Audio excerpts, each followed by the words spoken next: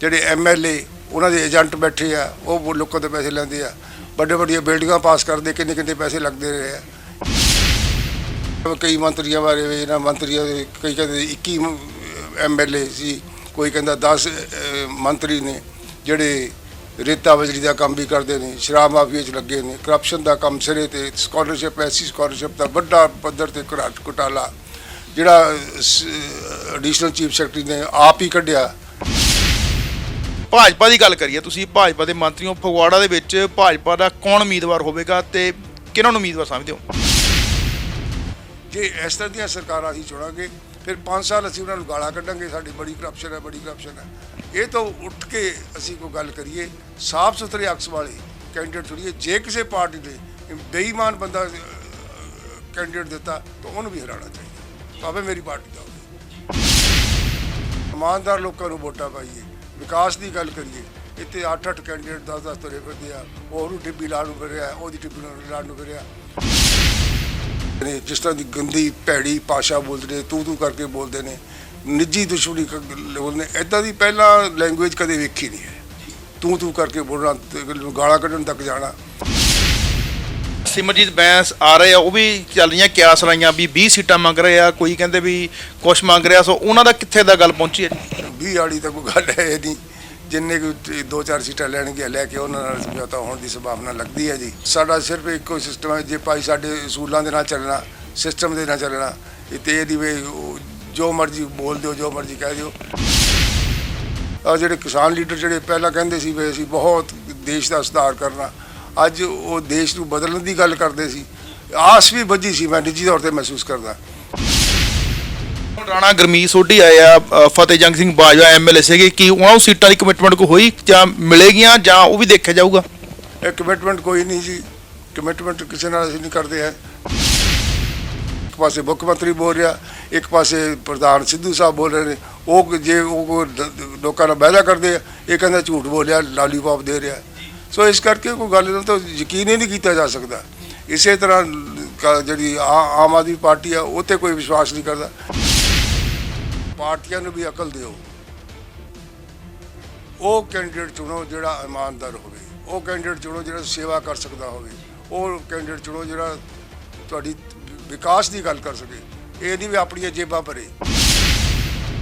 ਇਸ ਵੇਲੇ ਪੰਜਾਬ ਦੇ ਵਿੱਚ ਕੜਾਕੇ ਦੀ ਠੰਡ ਪੈ ਰਹੀ ਆ, ਪਰ ਉਸੇ ਤਰ੍ਹਾਂ ਜਦੋਂ ਦਾ ਵਿਧਾਨ ਸਭਾ ਚੋਣਾਂ ਦਾ ਐਲਾਨ ਹੋਇਆ ਤੇ ਮਾਹੌਲ ਬੜਾ ਗਰਮਾਇਆ ਹੋਇਆ। ਜਿੰਨੀਆਂ ਵੀ ਸਿਆਸੀ ਪਾਰਟੀਆਂ ਹੈਗੀਆਂ, ਸਾਰੀਆਂ ਨੇ ਆਪਣੇ ਅੱਡੀ ਝੋਟੀ ਦੇ ਜੋੜ ਲਗਾਏ ਆ। ਹਾਲਾਂ ਤੱਕ ਕਿ ਜੇ ਆਪਾਂ ਪੂਰੇ ਪੰਜਾਬ ਦੀ ਗੱਲ ਕਰ ਲਈਏ ਤੇ ਬਸਪਾ, ਅਕਾਲੀ ਦਲ ਤੇ ਆਮ ਆਦਮੀ ਪਾਰਟੀ ਵੱਲੋਂ ਬਹੁਤ ਸਾਰੇ ਉਮੀਦਵਾਰਾਂ ਦਾ ਐਲਾਨ ਵੀ ਕਰ ਦਿੱਤਾ ਗਿਆ, ਪਰ BJP ਤੇ ਜੇ ਆਪਾਂ ਕਾਂਗਰਸ ਦੀ ਗੱਲ ਕਰ ਲਈਏ ਤਾਂ ਉਹਨਾਂ ਨੇ ਟਿਕਟਾਂ ਦਾ ਐਲਾਨ ਹਜੇ ਹੋਣਾ ਬਾਕੀ ਆ। ਹੋ ਸਕਦਾ ਸਵੇਰ ਤੱਕ ਜਾਂ ਰਾਤ ਤੱਕ ਕਿਸੇ ਵੇਲੇ ਵੀ ਇਹਨਾਂ ਦਾ ਐਲਾਨ ਹੋ ਜਾਵੇ। ਪਰ ਹੁਣ ਅਸੀਂ ਗੱਲਬਾਤ ਕਰਾਂਗੇ ਕੇਂਦਰੀ ਮੰਤਰੀ ਸ਼੍ਰੀ ਸੋਮ ਪ੍ਰਕਾਸ਼ ਜੀ ਨਾਲ, ਜੋ ਕਿ BJP ਨੂੰ, ਪੰਜਾਬ ਨੂੰ ਕਿਸ ਤਰ੍ਹਾਂ ਚੋਣਾਂ ਨੂੰ ਦੇਖ ਰਹੇ ਆ, ਕਿਸ ਤਰ੍ਹਾਂ ਦੀਆਂ ਤਿਆਰੀਆਂ ਚੱਲ ਰਹੀਆਂ, ਇਹ ਚਰਚਾ ਕਰਾਂਗੇ।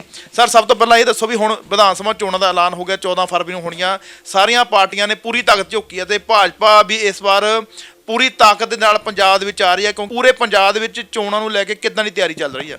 ਇਸ ਤਰ੍ਹਾਂ ਹੈ, ਪਰ ਜਦੋਂ ਚੋਣ ਕਮਿਸ਼ਨ ਵੱਲੋਂ 2022 ਦੀਆਂ ਚੋਣਾਂ ਦਾ ਐਲਾਨ ਕਰ ਦਿੱਤਾ ਗਿਆ ਹੈ ਔਰ ਇਹਦੇ ਨਾਲ ਹੀ ਚੋਣ ਪ੍ਰਕਿਰਿਆ ਤੇਜ਼ੀ ਨਾਲ ਸ਼ੁਰੂ ਹੋ ਗਈ ਹੈ। 21 ਤਰੀਕ ਨੂੰ ਤਾਂ ਨਾਮਜ਼ਦਗੀਆਂ ਸ਼ੁਰੂ ਹੋਣਗੀਆਂ ਤੇ 28 ਤੱਕ ਚੱਲਣਗੀਆਂ ਤੇ 14 ਤਰੀਕ ਨੂੰ ਵੋਟਾਂ ਪੈਣੀਆਂ ਤੇ ਇਹਦਾ 10 ਮਾਰਚ ਨੂੰ ਰਿਜ਼ਲਟ ਆਉਣਗੇ। ਸਾਰੀਆਂ ਪਾਰਟੀਆਂ ਆਪਣੇ ਕੈਂਡੀਡੇਟ ਆਪਣੀ ਲਿਸਟਾਂ ਬਣਾਉਣ ਲੱਗੀਆਂ। ਕੁਝ ਪਾਰਟੀਆਂ ਨੇ ਅਨਾਉਂਸ ਕਰਤਾ, ਕੁਝ ਉਹਨਾਂ ਦੀ ਚੋਣ ਕਰ ਰਹੀਆਂ ਹਨ। ਲੋਕਾਂ ਨੂੰ ਇੱਕ ਵਾਰ ਫਿਰ ਆਪਣੀ ਮਰਜ਼ੀ ਦੀ ਸਰਕਾਰ ਬਣਾਉਣ ਦਾ ਮੌਕਾ ਮਿਲਿਆ ਹੈ ਔਰ ਲੋਕਾਂ ਨੇ ਇਹ ਦੇਖਣਾ ਕਿ ਪਿਛਲੀ ਕਾਰਜਗੁਜ਼ਾਰੀ ਕਿਹੋ ਜਿਹੀ ਰਹੀ ਹੈ। 5 ਸਾਲਾਂ 'ਚ ਪਿਛਲੇ 'ਚ ਲੋਕਾਂ ਨੇ ਦੇਖਿਆ, ਅੱਤ ਦੀ ਕਰਪਸ਼ਨ ਵੀ ਦੇਖੀ ਹੈ, ਸ਼ਰਾਬ ਮਾਫੀਆ ਵੀ ਦੇਖਿਆ ਹੈ, ਰੇਤਾ ਮਾਫੀਆ ਵੀ ਦੇਖਿਆ ਹੈ, ਲੋਕਾਂ ਨਾਲ ਝੂਠੇ ਵਾਅਦੇ ਵੀ ਦੇਖੇ ਨੇ ਔਰ ਰਿਸ਼ਵਤਖੋਰੀ ਵੀ ਦੇਖੀ ਹੈ, ਬੇਰੁਜ਼ਗਾਰੀ 'ਚ ਵਾਧਾ ਵੀ ਦੇਖਿਆ ਹੈ। ਇਸ ਤਰ੍ਹਾਂ ਦੇ ਸਾਰੇ ਤਜਰਬੇ ਲੋਕਾਂ ਨੇ ਦੇਖੇ ਨੇ ਔਰ ਤਰਾਸਦੀ ਦੇਸ਼ ਦੀ ਇਹ ਹੈ ਕਿ ਪੰਜਾਬ ਦਾ ਸੂਬਾ ਜਿਹੜਾ ਸਭ ਤੋਂ ਅਮੀਰ ਸੂਬਾ ਗਿਣਿਆ ਜਾਂਦਾ ਸੀ, ਨੰਬਰ 1 ਪਰ ਕੈਪੀਟਲ ਇਨਕਮ ਸਭ ਤੋਂ ਵੱਧ ਗਿਣੀ ਜਾਂਦੀ ਸੀ, ਇਹ ਘਟ ਕੇ ਹੁਣ 17ਵੇਂ ਨੰਬਰ ਤੇ ਪਹੁੰਚ ਗਈ। 17ਵੇਂ ਨੰਬਰ ਤੇ ਤਰਾਸਦੀ ਹੈ ਪੰਜਾਬ ਦੀ। ਔਰ ਜੇ ਗਰੋਥ ਦੀ ਗੱਲ ਕਰੀਏ, ਗਰੋਥ ਪੰਜਾਬ ਦੀ ਰੁਕੀ ਹੋਈ ਹੈ। ਇੱਕ ਸੂਬਾ ਹੈ ਮਨੀਪੁਰ, ਉਹ ਤੋਂ ਉੱਪਰ ਹੈ, ਬਾਕੀ ਸਾਰੇ ਸੂਬਿਆਂ ਤੋਂ ਥੱਲੇ ਹੈ ਗਰੋਥ ਪੰਜਾਬ ਦੀ। ਸੋ ਪੰਜਾਬ ਬਹੁਤ ਥੱਲੇ ਜਾ ਰਿਹਾ ਔਰ ਇਹ 'ਚ ਆਪਾਂ ਦੇਖਿਆ ਜਦੋਂ ਪੰਜਾਬ ਦੀ ਗੱਲ ਕਿਸੇ ਵਕਤ ਕੋਈ ਕਰਦਾ ਸੀ, ਪੰਜਾਬ ਇੱਕ ਖੁਸ਼ ਸੂਬਾ, ਤਰੱਕੀ ਵਾਲਾ ਸੂਬਾ, ਖੁਸ਼ਹਾਲ ਸੂਬਾ, ਭੰਗੜਿਆਂ ਵਾਲਾ ਸੂਬਾ, ਗਿੱਧੇ ਵਾਲਾ ਸੂਬਾ ਗਿਣਿਆ ਜਾਂਦਾ ਸੀ।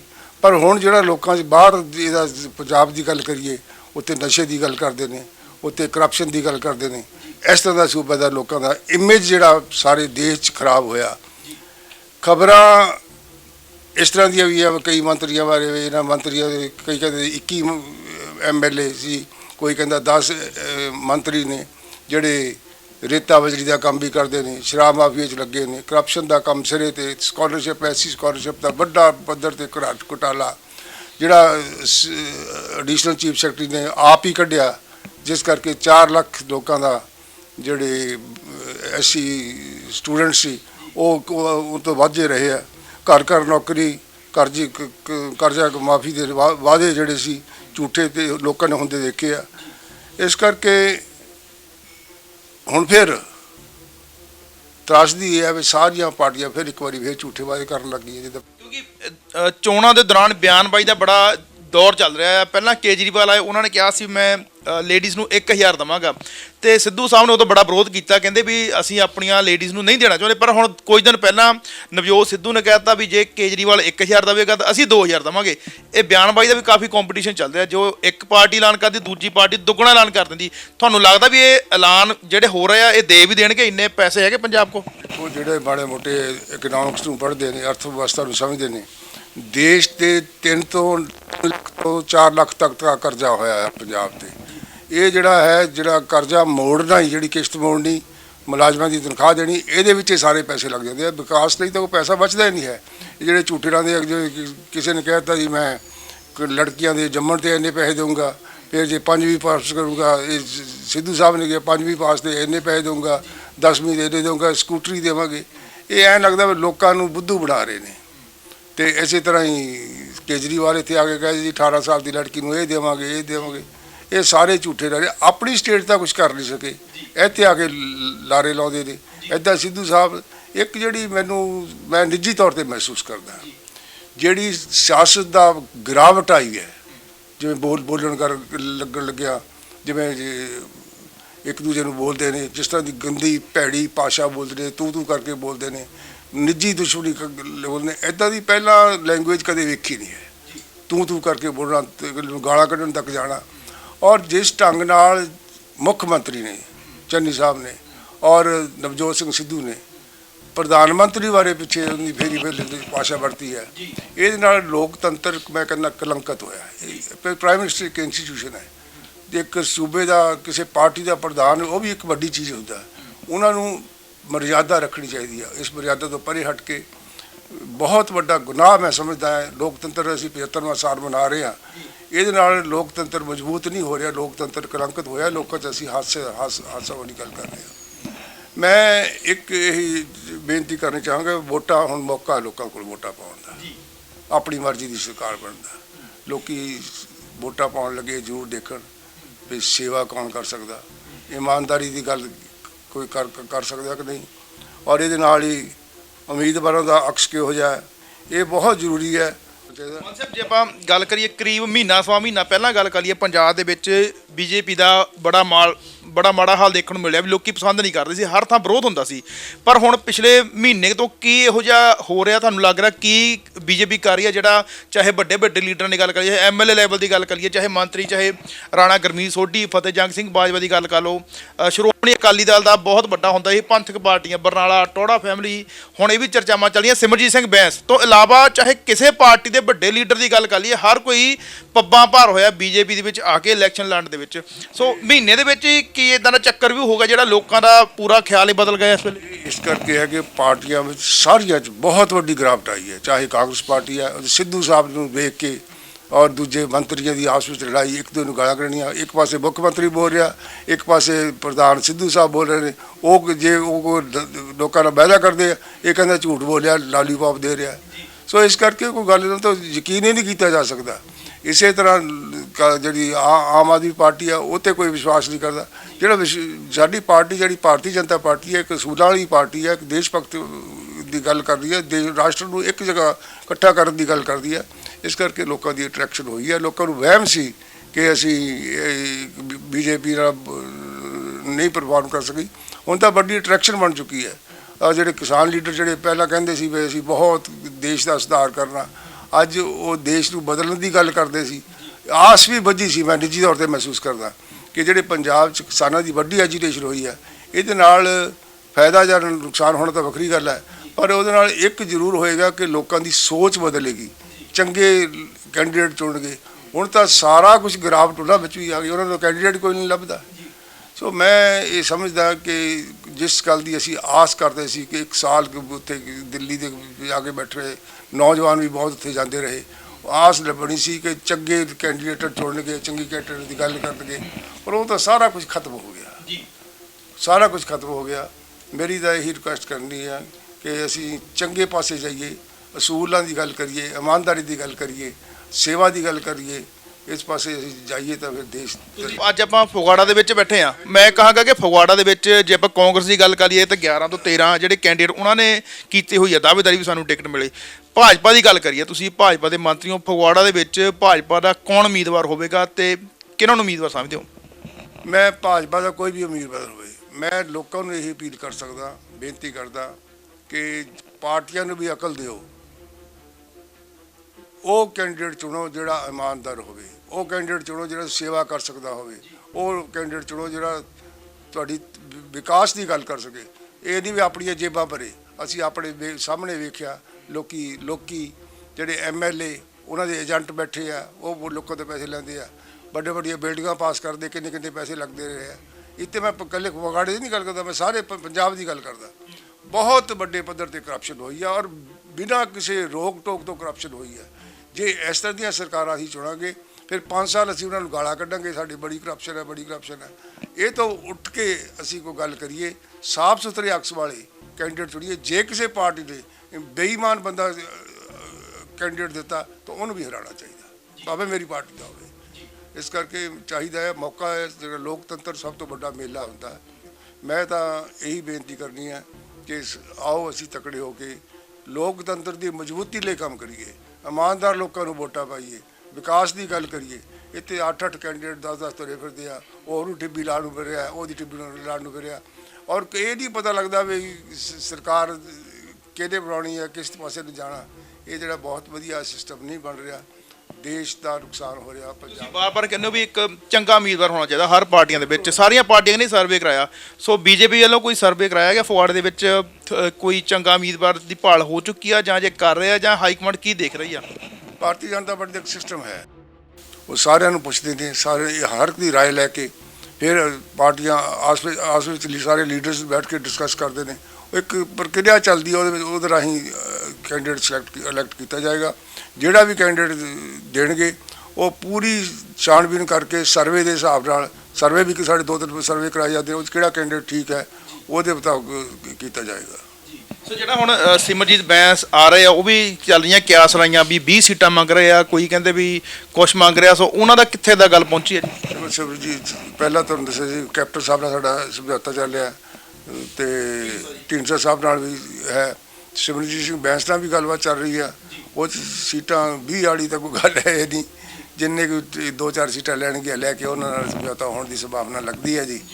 ਤੇ ਅਸੀਂ ਤਾਂ ਸਾਡਾ ਸਿਰਫ ਇੱਕੋ ਸਿਸਟਮ ਹੈ, ਜੇ ਭਾਈ ਸਾਡੇ ਅਸੂਲਾਂ ਦੇ ਨਾਲ ਚੱਲਣਾ, ਸਿਸਟਮ ਦੇ ਨਾਲ ਚੱਲਣਾ। ਇਹ ਦੀ ਵੇ ਜੋ ਮਰਜ਼ੀ ਬੋਲ ਦਿਓ, ਜੋ ਮਰਜ਼ੀ ਕਹਿ ਦਿਓ, ਠੀਕ ਚੋਣ ਕਰਨੀ ਹੈ, ਠੀਕ ਪਾਰਟੀ ਦੇ ਨਾਲ ਅਸੀਂ ਸਮਝੌਤਾ ਕਰਨਾ, ਉਹਦੇ ਮੁਤਾਬਕ ਜਿਹੜੀ ਚੋਣਾਂ ਕੀਤੀਆਂ ਜਾਣਗੀਆਂ ਔਰ ਉਹਨਾਂ ਦੀ ਇਲੈਕਸ਼ਨ ਠੀਕ ਢੰਗ ਨਾਲ ਕੀਤੀ ਜਾਵੇ। ਪਹਿਲਾਂ ਕਿਹਾ ਜਾਂਦਾ ਸੀ ਵੀ ਜਿਹੜੀ ਭਾਜਪਾ ਪਾਰਟੀ ਆ ਇੱਕ ਹਿੰਦੂ ਪਾਰਟੀ ਆ, ਸੋ ਉਦਾਂ ਦੇ ਚਿਹਰੇ ਆਉਂਦੇ ਆ, ਪਰ ਹੁਣ ਬਹੁਤ ਵੱਡੇ ਪੰਥਕ ਚਿਹਰੇ ਵੀ ਆ ਰਹੇ ਆ, ਦਸਤਾਰਾਂ ਵੀ ਆ ਰਹੇ ਆ, ਜਿਹੜੇ ਕਹਿੰਦੇ ਸੀ ਵੀ ਅਸੀਂ ਤਾਂ ਪੂਰੇ ਪੰਥਕ ਹੈਗੇ ਆ, ਸਿੱਖ ਧਰਮ ਦੇ ਜਿਹੜੇ ਵੱਡੇ ਚਿਹਰੇ ਆ ਉਹ ਵੀ ਭਾਜਪਾ ਸ਼ਾਮਲ ਹੋ ਰਹੇ ਆ। ਕਿੱਦਾਂ ਦਾ ਲੱਗ ਰਿਹਾ ਵੀ ਆਉਣ ਵਾਲੇ ਸਮੇਂ ਦੇ ਵਿੱਚ ਹੋਰ ਵੀ ਲੀਡਰਸ਼ਿਪ ਆ ਸਕਦੀ ਆ? ਬਹੁਤ ਕਿਆਸ ਰਹੀਆਂ ਇਹ ਚੱਲਦੀਆਂ ਸੀ ਵੀ 6-7 ਮੰਤਰੀ ਕਾਂਗਰਸ ਦੇ ਆ ਸਕਦੇ ਆ, ਹੋਰ MLA ਵੀ ਆ ਸਕਦੇ ਆ, ਇਦਾਂ ਦਾ ਕੁਛ ਹੈਗਾ ਦੇਖਣ ਨੂੰ ਮਿਲ ਰਿਹਾ? ਦੇਖੋ, ਭਾਰਤੀ ਜਨਤਾ ਪਾਰਟੀ ਜਿਹੜੇ ਉਹਦੀ ਮੈਨੀਫੈਸਟੋ ਵਿੱਚ ਉਹਦੇ ਅਸੂਲਾਂ 'ਚ ਵਿਸ਼ਵਾਸ ਕਰਦਾ, ਉਹ ਹੀ ਇਜ਼ ਵੈਲਕਮ। ਸਾਡੇ ਮੁਤਾਬਕ ਚੱਲਣਾ ਪਏਗਾ, ਇਸ ਕਰਕੇ ਜਿਹੜੇ ਵੀ ਠੀਕ ਹੋਣਗੇ ਉਹਨਾਂ ਨੂੰ ਲਿਆ ਜਾਏਗਾ। ਔਰ ਬਹੁਤ ਸਾਰੀ ਪਾਰਟੀਆਂ 'ਚ ਗਿਰਾਵਟ ਆ ਰਹੀ ਆ, ਲੋਕੀ ਨਿਰਾਸ਼ ਹੋ ਕੇ ਉੱਥੋਂ ਛੱਡ ਰਹੇ ਨੇ, ਉਹ ਇੱਧਰ ਆ ਕੇ ਜੁਆਇਨ ਕਰਦੇ ਨੇ। ਔਰ ਸਾਡੀ ਪਾਰਟੀ 'ਚ ਕਿਸੇ ਇਹ ਤਾਂ ਹੈ ਨਹੀਂ ਵੀ ਅਸੀਂ ਕੋਈ ਸ਼ਰਤ ਨਾਲ ਕਿਸੇ ਨੂੰ ਲੈਂਦੇ ਆ ਵੀ ਤੈਨੂੰ ਟਿਕਟ ਜ਼ਰੂਰ ਦੇਵਾਂਗੇ। ਇਹੀ ਕਹਿ ਰਹੇ ਹਾਂ ਵੀ ਜੋ ਜੇ ਤੁਸੀਂ ਟਿਕਟ ਦਾ ਅਸੀਂ ਕਿਸੇ ਦਾ ਵਾਅਦਾ ਨਹੀਂ ਕਰਦੇ, ਔਰ ਜਿਹੜਾ ਠੀਕ ਠਾਕ ਹੈ ਉਹਨੂੰ ਅਸੀਂ ਇਲੈਕਸ਼ਨ ਉਹ ਲੈਣ ਨੂੰ ਤਿਆਰ ਹੈ। ਜਿਵੇਂ ਹੁਣ ਰਾਣਾ ਗੁਰਮੀਤ ਸੋਢੀ ਆਏ ਆ, ਫਤਿਹਜੰਗ ਸਿੰਘ ਬਾਜਵਾ ਐਮਐਲਏ ਸੀਗੇ, ਕੀ ਉਹਨਾਂ ਨੂੰ ਸੀਟਾਂ ਦੀ ਕਮਿਟਮੈਂਟ ਕੋਈ ਹੋਈ ਜਾਂ ਮਿਲੇਗੀਆਂ ਜਾਂ ਉਹ ਵੀ ਦੇਖਿਆ ਜਾਊਗਾ? ਇਹ ਕਮਿਟਮੈਂਟ ਕੋਈ ਨਹੀਂ ਜੀ, ਕਮਿਟਮੈਂਟ ਕਿਸੇ ਨਾਲ ਅਸੀਂ ਨਹੀਂ ਕਰਦੇ ਹੈ। ਠੀਕ ਠਾਕ ਜਿਹੜੀ ਠੀਕ ਹੋਏਗਾ ਉਹਨੂੰ ਟਿਕਟ ਦਿੱਤੀ ਜਾਏਗੀ। ਸਰ ਸਾਡੇ ਗੱਠਜੋੜ ਹੋ ਰਿਹਾ, ਗੱਠਜੋੜ ਹੋ ਹੀ ਚੁੱਕਿਆ, ਕੈਪਟਨ ਨਾਲ ਗੱਠਜੋੜ ਹੈਗਾ, ਢੀਂਡਸੇ ਨਾਲ ਗੱਠਜੋੜ ਆ, ਸਿਮਰਜੀਤ ਬੈਂਸ ਨਾਲ ਵੀ ਅੱਜ ਕੱਲ੍ਹ ਹੋ ਜਾਣਾ ਹੈਗਾ। ਸੋ ਜਿਹੜੀ ਸੀਟਾਂ ਦੀ ਵੰਡ ਆ ਉਹ ਕਿੱਦਾਂ ਤੁਸੀਂ ਕਰ ਰਹੇ ਹੋ? ਚਾਹੇ ਆਪਾਂ ਜਲੰਧਰ ਦੀ ਗੱਲ ਕਰ ਲਈਏ, ਇੱਥੇ 5 ਹਲਕੇ ਪੈ ਜਾਂਦੇ ਆ, ਹੁਸ਼ਿਆਰਪੁਰ ਦੀ ਗੱਲ ਕਰ ਲਈਏ, ਫਗਵਾੜੇ ਦੀ ਗੱਲ ਕਰ ਲਈਏ, ਕੀ ਜਿਹੜੇ ਇੱਥੇ ਦਾ ਏਰੀਆ ਹੈਗਾ ਇੱਥੇ ਬੀਜੇਪੀ ਦੇ ਕੈਂਡੀਡੇਟ ਹੋਣਗੇ ਜਾਂ ਇੱਥੇ ਕੈਪਟਨ ਢੀਂਡਸਾ ਜਾਂ ਹੋਰ ਵੀ ਉਮੀਦਵਾਰ ਆ ਸਕਦੇ ਆ? ਦੇਖੋ ਅਸੀਂ ਪਹਿਲੇ ਤਾਂ ਕਰਦਾ ਉਹਨਾਂ ਨਾਲ ਸਾਡੀ ਗੱਲਬਾਤ ਕਾਫੀ ਸੀਟਾਂ ਤੱਕ ਤਾਂ ਐਡਜਸਟਮੈਂਟ ਹੋ ਚੁੱਕੀ ਹੈ। ਜਿੱਥੇ ਵੀ ਇਸ ਉਮੀਦਵਾਰ ਬੀਜੇਪੀ ਦਾ ਜਿੱਤ ਸਕਦਾ ਉੱਥੇ ਅਸੀਂ ਖੜਾ ਕਰਾਂਗੇ। ਜਿੱਥੇ ਕੋਈ ਕੈਪਟਨ ਸਾਹਿਬ ਵੱਲੋਂ ਉਹਨਾਂ ਦੀ ਜਿਹੜੀ ਪਾਰਟੀ ਉਹਨਾਂ ਨੇ ਬਣਾਈ ਹੈ ਉਹਨਾਂ ਵੱਲੋਂ ਖੜ ਸਕਦਾ ਉਹਨਾਂ ਨੂੰ ਦੇਵਾਂਗੇ। ਢੀਂਡਸਾ ਸਾਹਿਬ ਦਾ ਕੈਂਡੀਡੇਟ ਜਿੱਤ ਸਕਦਾ ਉਹਨਾਂ ਨੂੰ ਅਸੀਂ ਜਿਤਾਵਾਂਗੇ। ਸੋ ਇਹ ਦੇਖ ਕੇ ਅਸੀਂ ਜਿੱਥੇ ਵੀ ਠੀਕ ਕੈਂਡੀਡੇਟ ਮਿਲੇਗਾ ਉਹਨੂੰ ਅਸੀਂ ਜਿਤਾਵਾਂਗੇ। ਸੋ ਇਸ ਵਾਰ ਜਿਹੜੀ ਚੋਣ ਅਖਾੜੇ ਆ ਉਹ ਬੜੇ ਵੱਖਰੇ ਢੰਗ ਦੇ ਮਿਲਣੇ ਆ, ਕਿਉਂਕਿ ਪਹਿਲਾਂ ਸ਼੍ਰੋਮਣੀ ਅਕਾਲੀ ਦਲ ਭਾਜਪਾ ਲੜਦੇ ਸੀਗੇ, ਹੁਣ ਇਸ ਵਾਰ ਜਿਹੜੀਆਂ ਕਿ ਕਾਫੀ ਧਿਰਾਂ ਹੋ ਚੁੱਕੀਆਂ ਆ। ਇੱਕ ਪਾਸੇ ਦਾ ਬੀਜੇਪੀ ਹੈਗੀ ਆ, ਕੈਪਟਨ ਸਾਹਿਬ ਢੀਂਡਸਾ ਸਾਹਿਬ ਦੇ ਬੈਂਸ ਸਾਹਿਬ ਹੋ ਸਕਦੇ ਆ, ਤੇ ਨਾਲ ਹੀ ਸ਼੍ਰੋਮਣੀ ਅਕਾਲੀ ਦਲ, ਬਸਪਾ, ਫਿਰ ਕਾਂਗਰਸ, ਫਿਰ ਆਮ ਆਦਮੀ ਪਾਰਟੀ ਤੇ ਪੰਜਵਾਂ ਜੇ ਆਪਾਂ ਗੱਲ ਕਰੀਏ ਕਿਸਾਨ ਜਥੇਬੰਦੀਆਂ, ਜਾਣੀ ਕਿ 5 ਧਿਰਾਂ ਮੈਦਾਨ ਦੇ ਵਿੱਚ ਕੁੱਦੀਆਂ ਹੈਗੀਆਂ ਆ। ਸੋ ਇਹ ਦੇਖਣਾ ਆ ਵੀ ਪੰਜਾਬ ਦੇ ਲੋਕ ਕਿਹੜੀਆਂ ਪਾਰਟੀਆਂ ਨੂੰ ਪਸੰਦ ਕਰਦੇ ਆ, ਕਿਹਨਾਂ ਨੂੰ ਮੂੰਹ ਲਾਉਂਦੇ ਹੈਗੇ ਆ।